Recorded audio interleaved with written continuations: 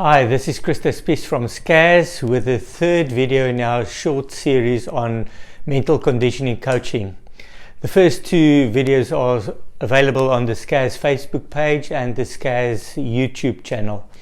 Now, everyone wants to get to the mental toughness part, and I understand that, and athletes and teams do that all the time. They want to fix what is wrong. They want to be mentally tough, but you first need to know what you want.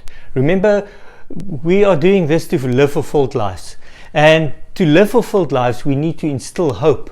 And remember, the formula from our first or second video is that to instill hope, first of all you need to know what you want, and then once you know what you want, then you deal with the mental toughness part.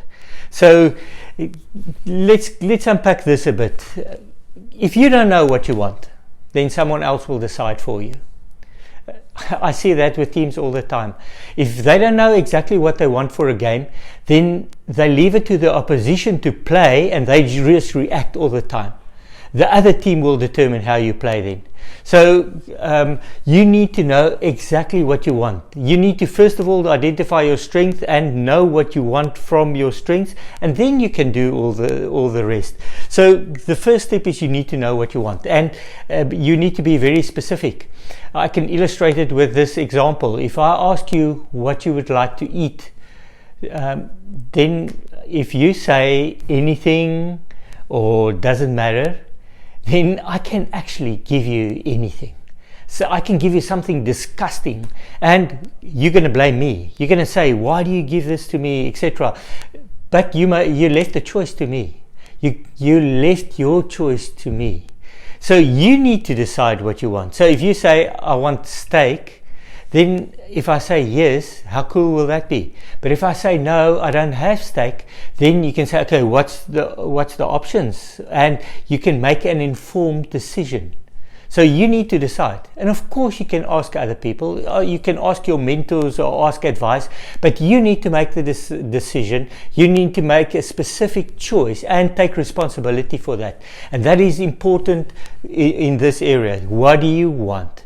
Now, if you remember in the first video, I told you about losing my leg, and the first lesson I learned from that is that I should focus on what I have left and not on what I lost. Now, related to that, we can say you need to know what you want and not what you don't want.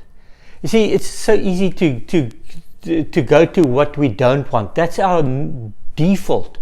So if I tell you, if you're a cricketer and I tell you, don't drop the ball, what's the picture I create in your mind?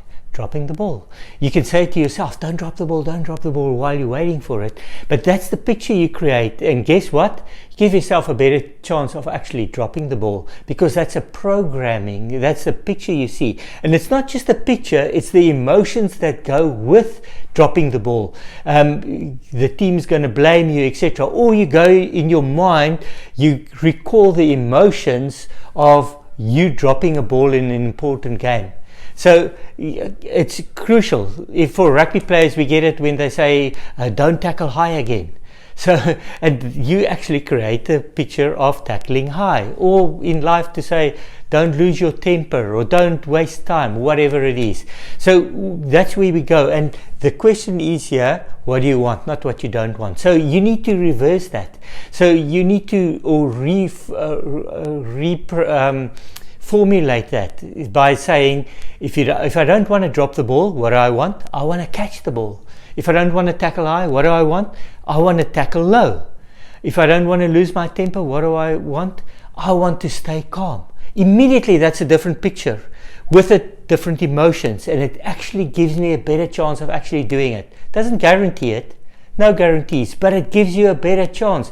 And if I know what to do, guess what? It instills hope in me, and that hope in the future, remember, empowers me in the present. Immediately it empowers me because I know what to do, and it gives me a chance of actually doing it.